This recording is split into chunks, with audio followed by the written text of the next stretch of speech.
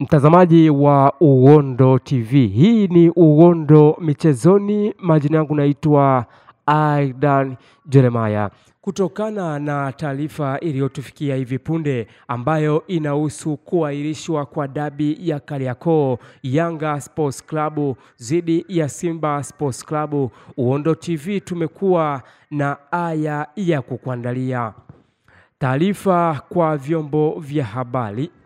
Kamati ya uendeshaji na usimamizi wa ligi ya bodi ya ligi kuu Tanzania, yani TPLB, katika kikao chake cha leo Machi 8, 2025 ilipitia shauri la klabu ya Simba kuzuiliwa kuingia kwenye uwanja wa Benjamin Mkapa kwa ajili ya kufanya mazoezi ya mwisho kuelekea mchezo namba 184 wa ligi kuu ya NBC. Young Africans Sports Club vs Simba Sports Club uliopangwa kufanyika kwenye uwanja huo leo kuanzia saa 1:15 usiku.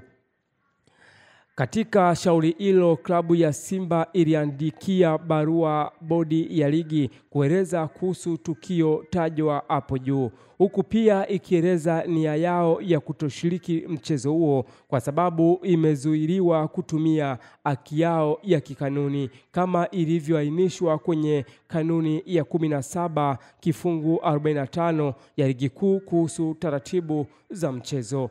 Baada ya kupokea barua hiyo, bodi ya ligi iliwaagiza maofisa wake wa mchezo ambao walishuhudia tukio hilo kutuma taarifa ya tukio haraka ili hatua zinazostahili ziweze kuchukuliwa, ikiwemo kuitishwa kwa kikao cha dharura cha kamati ya uendeshaji na usimamizi wa ligi.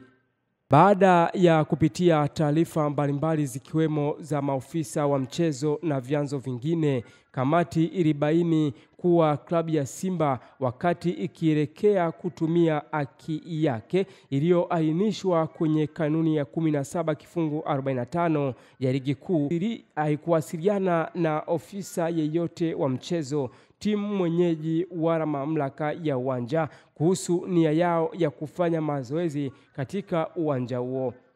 Maandalizi ya kikanuni yafanyike. Katika taarifa hizo, kamati ilibaini pia kuwa walinzi ambao baadhi walifahamika kwa sura kuwa ni wa klabu ya Yanga walishiriki tukio la kuzuia basi la klabu ya Simba kuingia uwanjani kinyume na matakwa ya kanuni ya 17 kifungu namba 45 ya ligi kuu kuhusu taratibu za mchezo. Kwa sababu pia bodi ilipokea taarifa ya ofisa usalama wa mchezo ambayo imeainishwa matukio kadhaa yaliyoambatana na tukio hilo la klabu ya Simba kushindwa kufanya mazoezi na kwamba baadhi ya matukio yanahitaji uchunguzi ambao hauwezi kukamilika kwa wakati.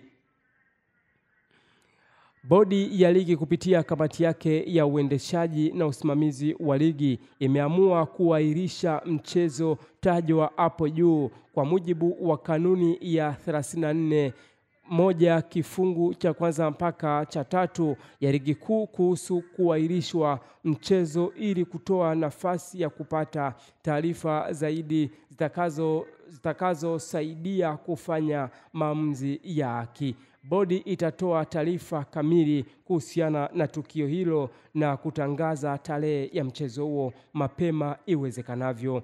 Imetolewa na idara ya habari na mawasiliano, bodi ya ligi kuu yani TPLB, Machi 8, 2025. Aidan Jeremiah wa Uhondo TV.